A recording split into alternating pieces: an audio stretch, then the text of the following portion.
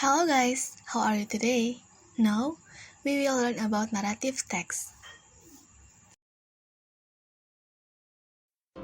Hello everyone! Alright, today let us learn about narrative text.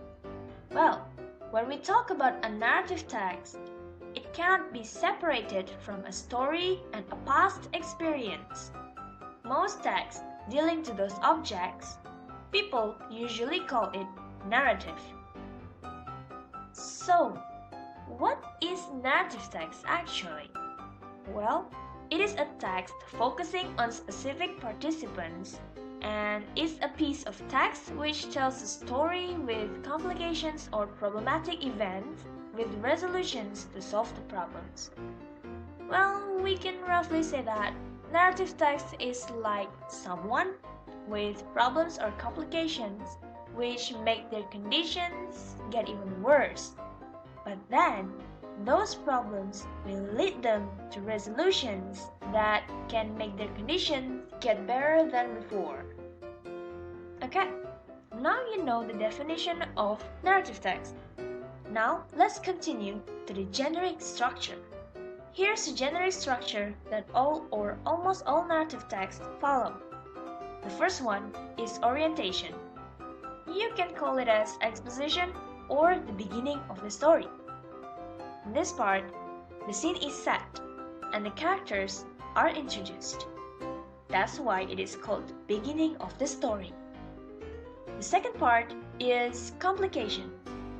In another names, it is called rising action or the middle of the story.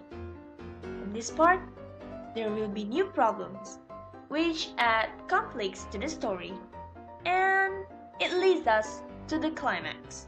Wow, it will be a very great climax. The third part is resolution, or we call it the ending of the story. In this part, the conflicts are solved. Well, hopefully. We have the definitions and also the generic structure. There is another important thing that we must know related to this kind of text. It is connected to the form of language used. Yeah, it's language feature. Every kind of text in English has their own language feature as well as narrative text. There are some language features used in narrative text. It uses simple past tense.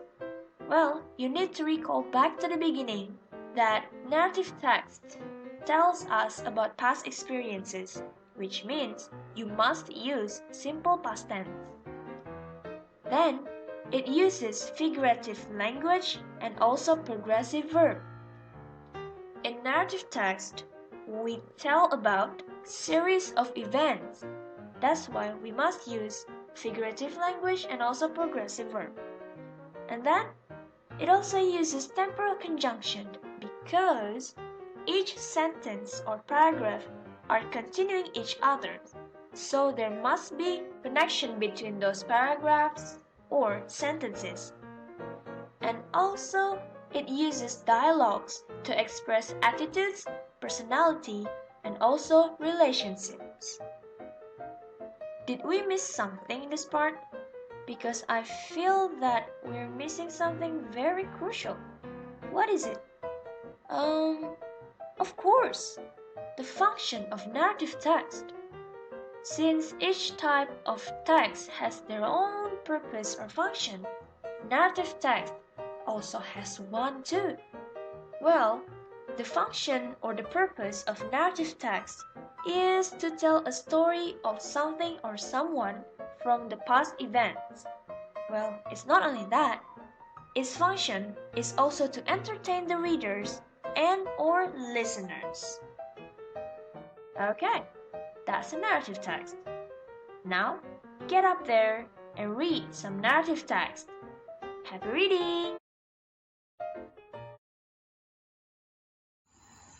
Okay, that was an explanation about narrative text. How? Easy to understand, is it? If so, you can try to answer the following quiz to find out your understanding of narrative text.